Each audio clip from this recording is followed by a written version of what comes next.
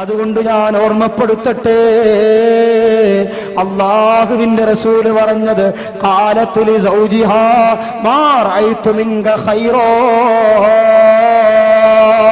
നിങ്ങളിൽ നിന്ന് ഒരു ഖൈറും എനിക്ക് ലഭിച്ചിട്ടില്ല എന്നൊരു മങ്ക പറഞ്ഞാൽ, ഒരു പെണ്ണ് പറഞ്ഞാൽ, ഓ പെണ്ണേ, നീ എത്ര വലിയ നിസ്കാരക്കാരിയാണെങ്കിലും, നീ എത്ര വലിയ നോമ്പുകാരിയാണെങ്കിലും, നീ എത്ര വലിയ സൽക്രമം ചെയ്തവരാണെങ്കിലും, അല്ലാഹുവിന്റെ കോടതിയിൽ നിന്റെ നന്മകൾ മുഴുവനും തട്ടിപ്പോയി,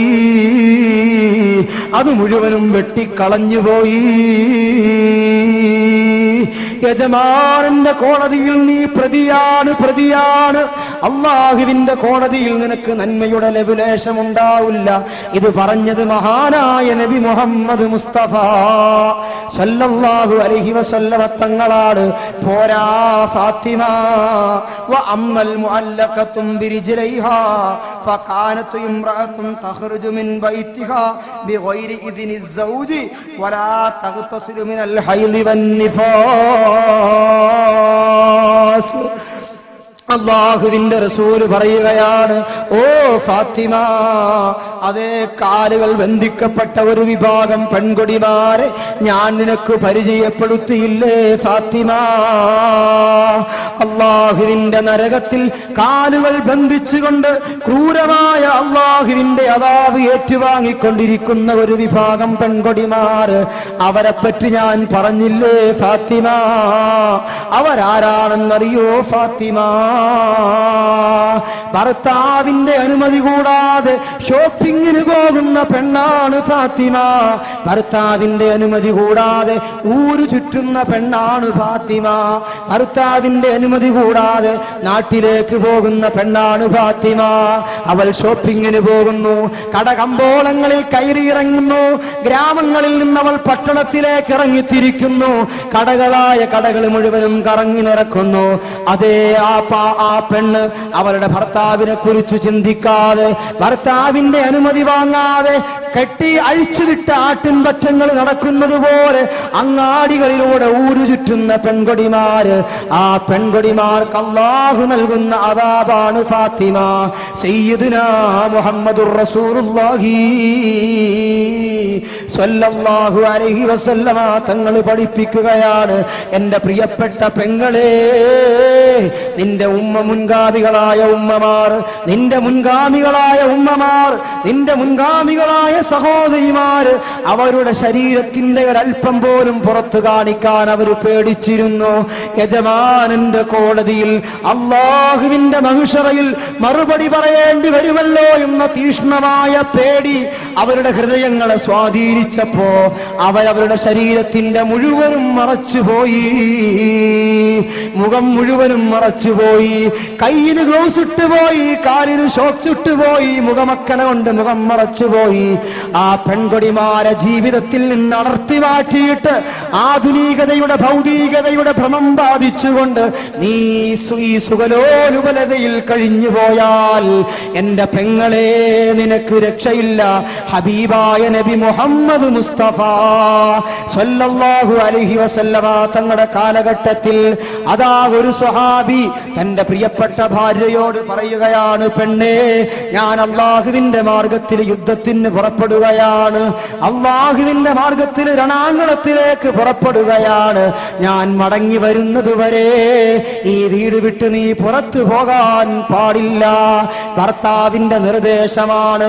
ആ സ്വാലിഹത്തായ പെണ്ണ് അത് പൂർണ്ണമായി സമ്മതിക്കുകയാണ്. ഇല്ല ഭർത്താവേ, നിങ്ങളുടെ അനുമതി കൂടാതെ, നിങ്ങൾ മടങ്ങി വരാതെ ഈ വീടിന്റെ പൂമുഖത്തേക്ക് ഞാൻ ഇറങ്ങുകയില്ലെന്ന പെണ്ണ് വാക്ക് കൊടുക്കുകയാണ്. ഭർത്താവ് യുദ്ധത്തിന് പോയി. എന്റെ പെങ്ങളെ ആലോചിക്കണം, ദിവസങ്ങൾക്ക് ശേഷം അതാ ഒരു ചെറുപ്പക്കാരൻ ഓടി വരികയാണ്. ഓടി വന്നുകൊണ്ട് പറഞ്ഞു, പെണ്ണെ, നിന്റെ പിതാവ് വളരെ അത്യാസന്ന രോഗത്തിൽ കഴിയുകയാണ്, നിന്റെ പിതാവിന് നിന്നെ ഒന്ന് കാണണമെന്ന് പറഞ്ഞിട്ടുണ്ട്, അതുകൊണ്ട് പിതാവിന്റെ സമീപത്തേക്ക് നീ വരണം എന്നാ പെണ്ണിനോട് പറഞ്ഞപ്പോൾ ആ പെണ്ണൊരു ചെറുപ്പക്കാരനോട് പറയുകയാണ്, നിങ്ങൾ അല്ലാഹുവിന്റെ റസൂലിന്റെ ഹദറത്തിൽ പോകണം. ഈ ദുനിയാവിന്റെ കോടതി അവിടെയാണ്. ആ കോടതിയിലെ ജഡ്ജി ഹബീബായ മുഹമ്മദ് മുസ്തഫ സല്ലല്ലാഹു അലൈഹി വസല്ലമ തങ്ങളാണ്. ആ ജഡ്ജിയോട് ചോദിക്കണം, ഭർത്താവിന്റെ അനുമതിയില്ലാതെ എന്റെ വാപ്പാടെ രോഗസന്ദർശനത്തിന് പോകാൻ എനിക്ക് അനുമതിയുണ്ടോ? നബി തങ്ങളോട് ചോദിക്കാൻ പറഞ്ഞയക്കുകയാണ്. ആ ചെറുപ്പക്കാരൻ ഇലാ ഹദ്റത്തി റസൂലില്ലാഹ്, അല്ലാഹുവിന്റെ റസൂലിന്റെ ഹദ്റത്തിൽ വന്നു. നബി തങ്ങളോട് ചോദിച്ചു, നബിയേ, അല്ലാഹുവിന്റെ തിരുദൂതരേ, ഇന്ന പെണ്ണ് അവരുടെ ഭർത്താവ് അങ്ങയുടെ സഹാബത്തിനോടൊപ്പം യുദ്ധത്തിന് പോയിരിക്കുകയാണ്. ആ പെണ്ണിന്റെ പിതാവ് രോഗശയ്യയിലാണ്. ആ പ്രിയപ്പെട്ട പിതാവ് രോഗശയ്യയിലായി കിടക്കുമ്പോ ഈ മകളെ ഒന്ന് കാണാൻ ആശ വെക്കുന്നുണ്ട്. പോകാൻ അനുമതിയുണ്ടോ നബിയേ? അല്ലാഹുവിന്റെ റസൂൽ ആ ചെറുപ്പക്കാരനോട് ചോദിക്കുകയാണ്, ആ പെണ്ണിന്റെ ഭർത്താവിന്റെ അനുമതിയുണ്ടോ? ഇല്ല നബിയെ, അനുമതി കൊടുത്തിട്ടില്ല. അല്ലാഹുവിന്റെ റസൂൽ പറഞ്ഞു, ആ പെണ്ണിന് വാപ്പാന്റെ രോഗസന്ദർശനത്തിന് നടന്നു പോകാൻ അല്ലാഹു അനുവദിക്കുന്നില്ല മോനെ.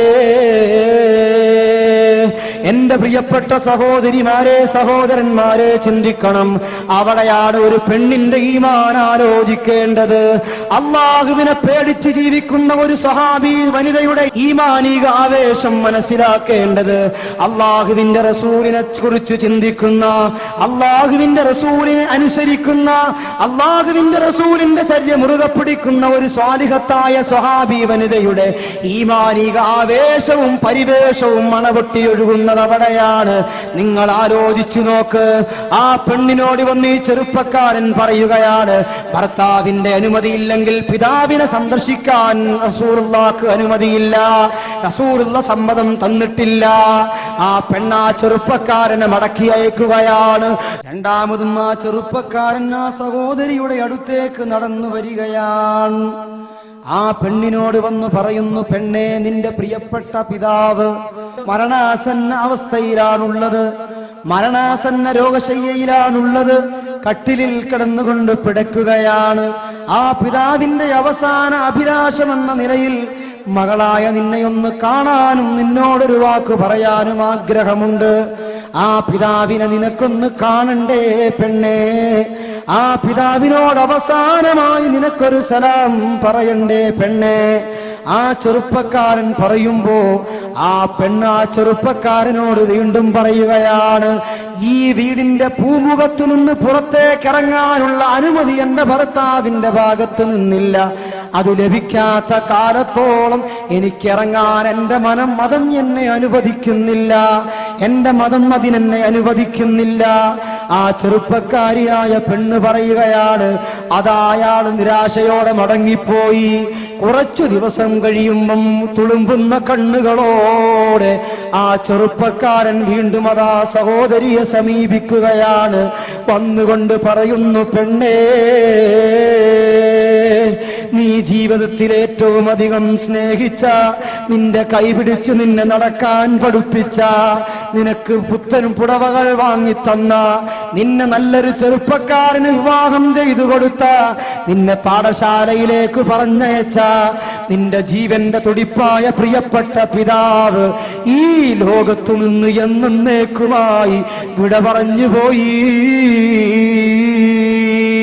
നിന്റെ പ്രിയപ്പെട്ട പിതാവിന്റെ ജീവനറ്റ ശരീരമെങ്കിലും അവസാനമായി ഒരു നിമിഷം കാണാൻ നിനക്ക് മോഹമില്ലേ പെണ്ണേ? നിന്റെ പ്രിയപ്പെട്ട പിതാവിന്റെ ജനാസയെങ്കിലും നിനക്ക് കാണണ്ടയോ? ആ പെണ്ണവിടെ നിന്നുകൊണ്ട് വിതുമ്പുകയാണ്. ആ പൊന്നുമോളുടെ കണ്ണുകളിൽ നിന്ന് കണ്ണുനീരൊഴുകുകയാണ്, ചുണ്ടുകൾ ചലിക്കുകയാണ്.